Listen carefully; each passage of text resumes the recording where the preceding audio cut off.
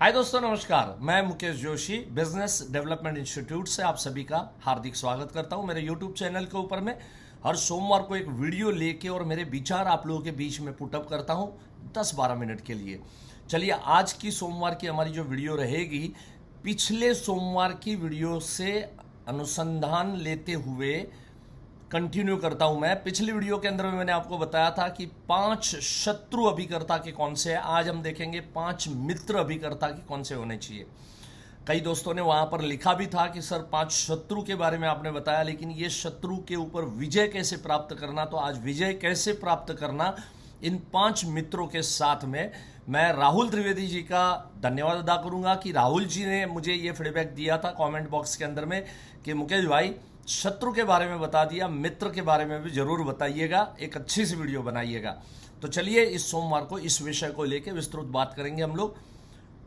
पिछली वीडियो में मैंने काम, क्रोध, मद, मोह, लोभ, इस 5 चीजों, ये 5 हमारे शत्रु है, हमारे ही नहीं मनुष्य जाति के शत्रु है, जिसके बारे में मैंने आप लोगों को डिस्कस किया था। काफी विस्तृत मैंने चर्चा की थी। आज हम बात करेंगे एग्जैक्टली हमारे मित्र कौन हो सकते हैं। जैसे कहा जाता है ना, पानी और आग, ये दोनों में दोस्ती नहीं है। आग है तो पानी नहीं है, समझ जाना है कि पानी का एब्सेंस है, और पानी है तो समझ जाना कि आग लग ही नहीं सकती है। तो बस ऐसा ही कुछ है कि ये जो 5 शत्रु है, इनको अगर भगाना है तो इन 5 मित्रों को अपनाना पड़ेगा, और ये दोनों के बीच में दुश्मनी है, राइट। ये दोनों साथ में हो ही नहीं सकते। तो ये 5 मित्र कौन से हैं? चलो, सबसे पहले निष्काम कर्म करना, ये सबसे पहला हमारा मित्र होना चाहिए। निष्काम कर्म करना मतलब आपका सिर्फ फोकस कर्म के ऊपर होना चाहिए, निष्काम कर्म के ऊपर में होना चाहिए, उससे मिलने वाला फल के ऊपर। हम जनरली क्या करते हैं कि फल मिलता है तो हम कर्म करेंगे, लेकिन ऐसा न करते हुए हम निष्काम कर्म हम कैसे कर सकते हैं, इसके ऊपर हम फोकस कर सकते हैं। ये हमारा पहला मित्र हमें बनाना पड़ेगा। मेरे बहुत सारे वीडियोस के अंदर में मैंने इसके बारे में बताया हुआ है कि कैसे हम कमीशन को न देखते हुए सिर्फ और सिर्फ अपने कर्म के ऊपर फोकस करें। कमीशन को न देखते हुए मतलब ये नहीं है कि हमें कमाना नहीं है, हमें ज़रूर कमाना है, कमाने के वास्ते सारी चीज़ें करनी है, लेकिन आपका जो फोकस है, जब आप पार्टी के सामने जब आप बैठे तो आपका फोकस, आपका कमीशन नहीं होना चाहिए, आपका टारगेट नहीं होना चाहिए, आपका फोकस होना चाहिए सामने वाले का मैं कैसे भला कर सकता हूँ। इसको बोलते हैं निष्काम कर्म करना। दूसरा हमारा मित्र बन सकता है या बनाना ही पड़ेगा, मैं कहता हूँ, और वो है धैर्य। कोई भी काम के लिए अगर धैर्य से करते रहेंगे, निरंतर करते रहेंगे, ये निरंतरता हमारी क्यों नहीं है, कंसिस्टेंसी क्यों नहीं है?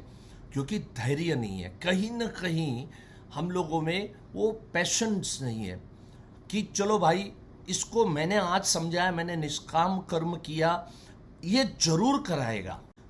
पेशेंस रखना पड़ेगा कि हर फार्मर को पेशेंस रखना पड़ता है। जब बीज बोता है तो उसको तुरंत के तुरंत फसल नहीं मिलती, उसको मालूम है कि मुझे धैर्य रखना पड़ेगा। एक जंगल के अंदर में बंदर होते थे, और ये बंदर बगल में आम का फार्म हाउस में जाते थे, आम को तोड़ते थे, लेकिन जो माली था वो इनको फटकार देता था, छड़ी छड़ी से इनको मारता था। सब लोग आम तो लेके आते थे, लेकिन सब लोग एक दूसरे को जंगल में आके दिखाते थे, देख किधर लगा, ये देख इधर लाल हो गया, ये देख इधर छड़ी लगी है। एक दिन एक बंदर ने कहा, एक काम करते हैं ना, अपना खुद का ही आम के पेड़ क्यों ना लगाए, जंगल तो अपना ही है। और ये बात बहुत सबको पसंद आई, लेकिन लगाएंगे कैसे? तो उसने कहा, मैंने माली को देखा है, गड्ढा करता है, उसमें हम जो आम खाते हैं ना, और जो गुठली रहती है वो गुठली अंदर डाल देता है, और उसके ऊपर पानी छिड़कता है, और आम के पेड़ बन जाते हैं। बोले, ऐसे मैंने आम के पेड़ लगाते हुए मैंने देखा है। दूसरे दिन सभी लोगों ने वृक्षारोपण समारोह बनाया, सभी बंदर आए। जो बंदरों का लीडर था उसने सबको गाइड किया, चलो 2 फुट मिट्टी निकालो, और सब बंदरों ने 2 फुट मिट्टी निकाला। बोले, इसमें अपने खाया हुआ जो गुठली मैंने बोला था लेके आए, डालो इसके अंदर में। डाल दिया। बोले, मिट्टी इसके ऊपर डालो। नदी के किनारे के ऊपर किया था, मुंह में पानी भर के लेके आओ और पानी छिड़को। कार्यक्रम संपन्न हुआ। कहा गया अभी कल सुबह में हम लोग मिलते हैं। दूसरे दिन सुबह में मिले, देखा कुछ उगा नहीं है, और लीडर ने कहा एक काम करो, फिर से निकालो, चेक करते हैं कि गुठली बराबर है या नहीं है। और चेक किया, गुठली बराबर है या नहीं है। गुठली तो बराबर है, बोले फिर से डाल दो, फिर से मिट्टी डालो, फिर से पानी भर के लाओ मुंह में, फिर से पानी को छिड़को। रोज ऐसा नित्य क्रम इन्होंने बनाया। और इनके आम के पेड़ कब बनेंगे आपको भी मालूम है, मुझे भी पता है। धैर्य चाहिए दोस्तों। जब तक धैर्य आपके अंदर नहीं आएगा तब तक आप सक्सेस किसी भी लाइन के अंदर में आप नहीं पा सकते। तीसरी चीज है वैराग्य चाहिए, वैराग्य चाहिए, वैराग्य चाहिए। आज मैं वैराग्य के ऊपर बहुत सुंदर एक शेर सुनाने वाला हूं। लास्ट में, एंड में जरूर सुनिएगा, जबरदस्त शेर है। आज सुबह में ही मैंने एक बुक के अंदर में पढ़ा हुआ। वैराग्य का मतलब है हम किसी के मोह में नहीं है। हम समझते हैं दिस इज इट, यही जिंदगी है, यही लाइफ है। मैंने निष्काम कर्म किया, धैर्य रखा, फल की आशा नहीं है, और वैराग्य लेके मैं बैठा हूं। वैराग्य का मतलब है मुझे मिला क्या, मुझे नहीं मिला क्या फर्क पड़ता है। क्या लेके आए थे, क्या लेके जाएंगे, सब कुछ यहीं छोड़ के जाना है। ये सब बहुत सुनना आसान लगता है, लेकिन मुझे मालूम है ये बहुत टफ है। चौथी चीज है, हमेशा हम पाने की फितरत में रहते हैं, पाने की फितरत में रहते हैं। हमें कुछ मिल जाए, हमें कुछ प्राप्त हो जाए, हमें कुछ मिल जाए। सब लोग अपने ही जीवन को संवारने में लगे हुए हैं। जिस दिन आपने छोड़ना सीख दिया, जैसे बच्चे होते, अब बच्चों को ना ज्यादा आपको प्यार आता है, उसको जकड़ के रखो, उसको पकड़ के रखो, उसको चुम्मियां दो। कुछ क्षणों के लिए ठीक है, लेकिन उसके बाद में वो सफोकेशन महसूस करता है, और उसके बाद में बच्चा ना आपकी चुंगल से छूटने के लिए तड़पता है। बस ऐसा ही कुछ है जीवन का भी। तो जीवन को छोड़ देना पड़ेगा। जितना आप छोड़ने की फितरत में रहोगे उतना आप ज्यादा पाओगे। और आखिरी चीज है, वो है विनम्रता। कोई भी लेवल पे हम पहुंच जाए, आपकी बातों में विनम्रता होना चाहिए। लोगों के पास थोड़ा कुछ आ जाता है ना, उनका टोन, उनकी बातें, उनकी भाषा, सब कुछ बदलने लगता है, जिसको कहते हैं स्थित प्रज्ञ अवस्था में आना। अब देखो, अगर आप स्थित प्रज्ञ अवस्था में हो तो आप निष्काम कर्म कर रहे हो, फल मिल रहा है नहीं मिल रहा है आपको कोई फर्क नहीं पड़ता। आप धैर्य के साथ हो। अगर आप स्थित प्रज्ञ हो तो धैर्य आएगा। जब आप स्थित प्रज्ञ हैं तो आप वैराग्य की तरफ आप आगे बढ़ोगे। और जब आप स्थित प्रज्ञ हो तो आपको मालूम है कि आपके पास जो आया है मुझे छोड़ना पड़ेगा।